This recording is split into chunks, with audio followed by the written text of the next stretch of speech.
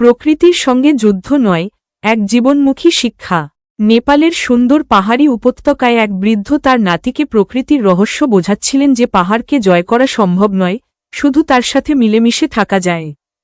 নাতি অবাক হয়ে প্রশ্ন করল যে মানুষ যখন পাহাড় কেটে রাস্তা বানায় এবং নদীর গতিপথ বদলে দেয়, তবে মানুষ কি প্রকৃতির চেয়ে শক্তিশালী নয়? হঠাৎ একদিন হিমালয়ের সেই শান্ত পরিবেশে এক ভয়াবহ আকস্মিক বন্যা নেমে এল, যেখানে বরফ আর পাথর সবকিছু ধ্বংস করে দিয়ে গেল। ভয়াবহ ধ্বংসলীলা দেখে নাতি আতঙ্কিত হয়ে দাদুকে জিজ্ঞেস করল যে প্রকৃতি কি মানুষের অহংকারের জন্য তাদের শাস্তি দিচ্ছে?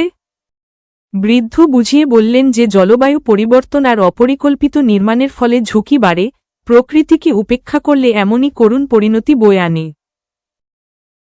নাতি অবশেষে বুঝতে পারল যে প্রকৃতিকে জয় করার চেষ্টা নয়, বরং তার সাথে বন্ধুত্ব এবং সহাবস্থানই হল মানুষের আসল বুদ্ধিমত্তা।